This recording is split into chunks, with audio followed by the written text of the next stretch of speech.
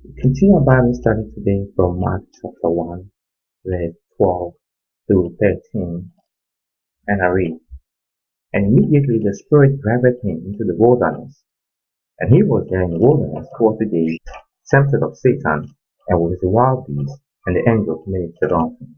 We go back as we allow the Holy Spirit to give us the meaning of His word. To read from 12 again, immediately the Spirit driven him into the wilderness. Here we see that Jesus had been publicly recognized by the Father as His only begotten Son. And immediately after that, after the joy, after the happiness, after the excitement, was His time to be tempted. And He was in the wilderness 40 days, tempted of Satan. Now, the Bible records in Ecclesiastes chapter 9 verse 12, that for man also knoweth not his time, as the fishes that are taken in an evil net, and as the birds that are caught in the snare, so are the sons of men snared in an evil time, when it falleth suddenly upon them. 13. This wisdom have I seen also under the sun, and it seemeth great unto me. What this verse is trying to tell us, and looking at the sequence of events here, anything could happen to you, regardless of the fact that you've been elevated or recognized by the masses as a great man of God.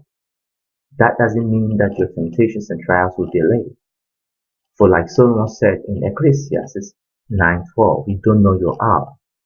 Anything will happen at any time. Your time of promotion will happen rapidly, one after the other. At the same time, while you are in the midst of enjoyment, of excitement, another temptation is lurking at your door. You don't know your hour. That is what the Bible says in Matthew 26 verse 1. Watch and pray. Do not be excited over anything. Anytime could be anything for you. So it's important as followers of Christ to be watchful, diligent, and guard your heart. We are not supposed to be people of loose character, or people of carelessness and carelessness. We are supposed to be watchful and prayerful. The Bible says, watch that no man steals your crown. And this is a character we are supposed to have. Jesus was celebrated when the Father had opened the heavens and the dove had descended upon him. He was seen as God. He was seen as the Son of God. He was seen as a prophet. And immediately, the time of temptation had come. The time to be tried. The time to be tempted, tested, and proven has come. You could be in the midst of even your wedding, honeymoon, and the time of trial is knocking at your door. Don't think that because you are excited or because you are in some place in your life, something's going to happen. That is deception. And so a lot of people have been taken by surprise and blame God and been bitter over life because they thought something should not happen at this time. Not at this time. Look, life is so that we don't know the timings of our life, and anything will happen. That's why you don't have to be loose, because you are in a state of excitement. You are in a state of happiness, means that or this cannot happen. Every time watch and pray, do not live your life that way, being careless and thinking some things are meant to happen or never meant to happen right now. Going back to the verse, you see that Jesus was immediately led into the wilderness to be tempted. Now, looking at the verse carefully, he was there in the wilderness 40 days, tempted of Satan. Now, the temptation of Satan indicate that there was something not likable by Jesus. Temptation represents Satan being present with him, even in the wilderness.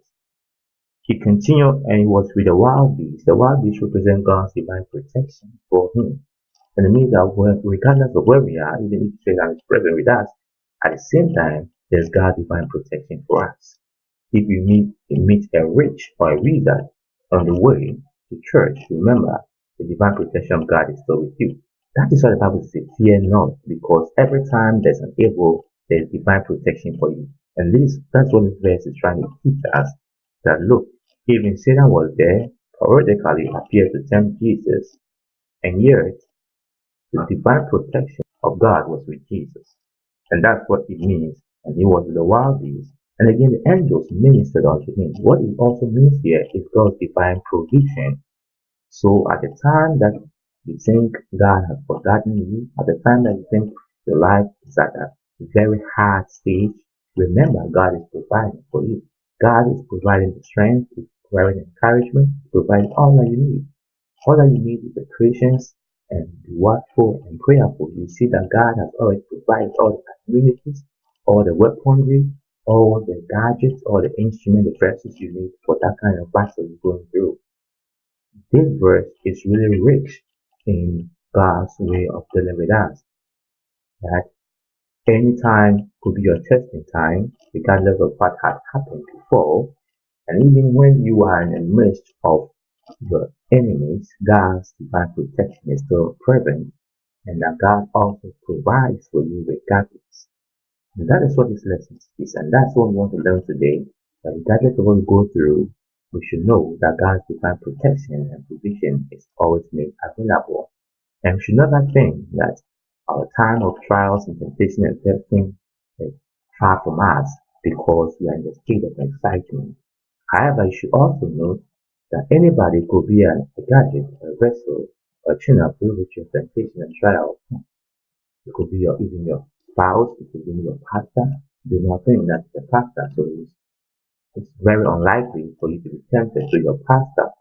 Anybody, anytime could be a vessel through which God could operate. The Bible warns in Matthew 26 verse 1 that watch and pray. Days as we set out for various activities that we are involved in, what we should recall is we have to be watchful and prayerful.